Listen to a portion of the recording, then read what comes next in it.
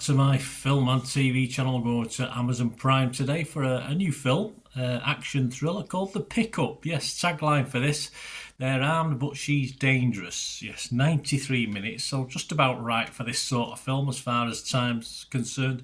Classed as a heist action comedy, produced and directed by Tim Story.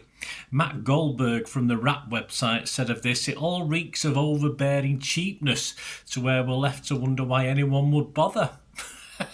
Not a lot of love out there for this one, I'll tell you that now. We'll hopefully find a little bit, but we'll see. Lovia Giaki of The Hollywood Reporter said, a little bit different to Matt's opinion. The film boasts a strong comic cast. Their chemistry is naturally compelling, which helps us buy into their increasingly ridiculous situations. So not a total disaster of a review, so let's see which way this is going to go.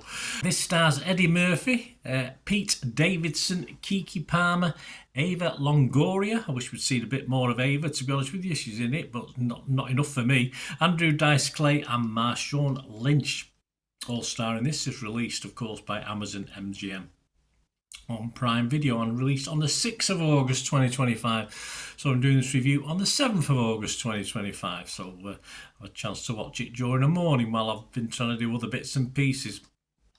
Personally, for an action comedy, a more straighter role for Eddie Murphy. He's not the comedy element in this, which is go back in the day, of course, he was key to any action comedy. He was the comedy part. He's more a straight man in this one.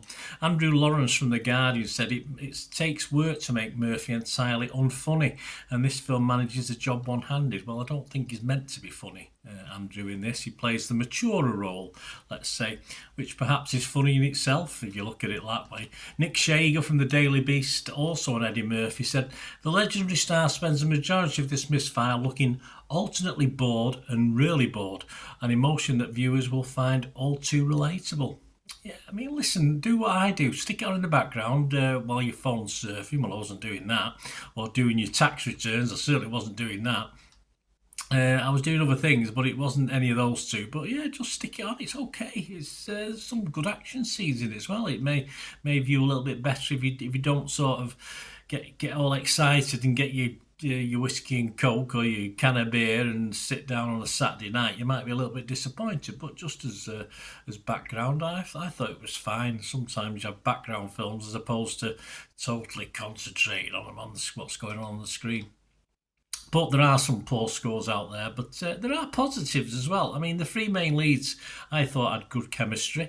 That at least makes it, for most part, watchable, seeing how they play off against each other. As I said, I wouldn't have minded more of either, but nothing much we can do about that. I'm not an action fan. I'm not a big fan of action scenes particularly, but some of the setups were pretty good in this. Some of the action was pretty okay. I mean, it got a little bit repetitive in the end with the car chases and smashes and stuff, but it was fine. A little bit of money spent on it by the looks of it.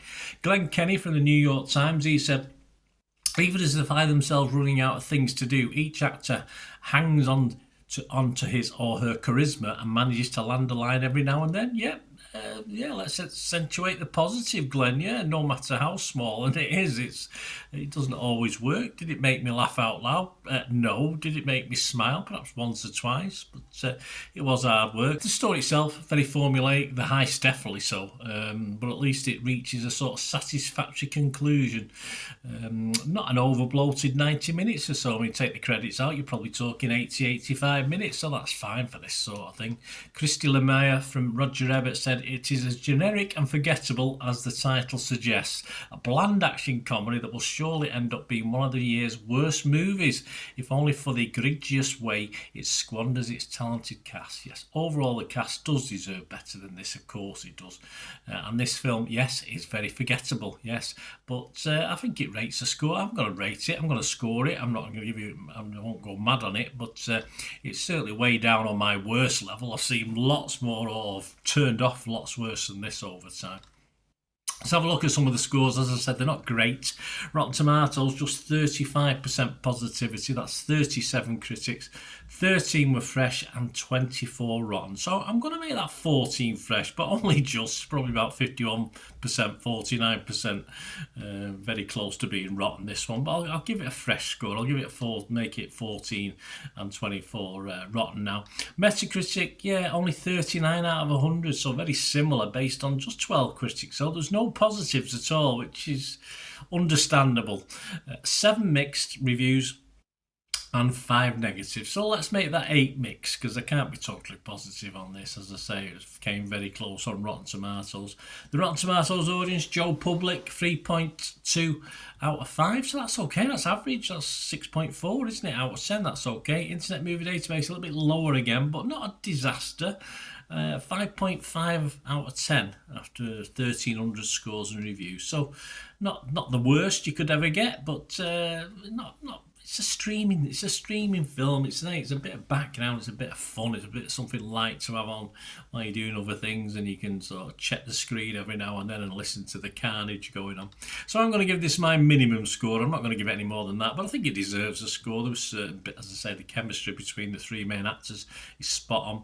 We get to see a little bit of Eva, which is spot on. So I'm going to give this my minimum score, which is 5 out of 10. Any less than that, of course, I don't actually give a film or a series a score. So I'll give it a 5 out of 10. There you go. What do you think, guys? Let me know. It's all about opinions, isn't it? Of course it is. We can't all have the same opinion. It'd be very boring, wouldn't it? So let me know what you think, or anything to do with film and TV, guys. Please, if you do enjoy the content, want to help support the channel in any way, there are different ways of doing that, or just to contact me through my various socials. All I ever ask is you to keep watching and listening. Hi again, hope you enjoyed the feature, guys. Thanks for watching. Please, if you did enjoy the content, please give us a thumbs up, and if not already done so, press that subscribe button. If you're not already subscribed, that'd be wonderful. It's free to subscribe, absolutely free. Also, check out my social media links if you want to follow me on TikTok, Instagram, X, Facebook. They'll all be in the description below. And my special thanks to supporters of the channel, yes, Piat6505, who have an eBay shop selling film and TV memorabilia, including posters, books, magazines. There'll be a link again in the comments section. And if you're into your football, don't forget my football stuff on Manchester City for general football fans, but mainly City fans, of course. Or if you know someone who might enjoy that, give them a kick in my direction. I'll be very, very grateful. And as ever, guys, comments on this feature is wonderful. Anything to do with film and TV, it's always very, very welcome. It's great to talk film and TV. And I thank you guys for your support. Stay safe, everyone.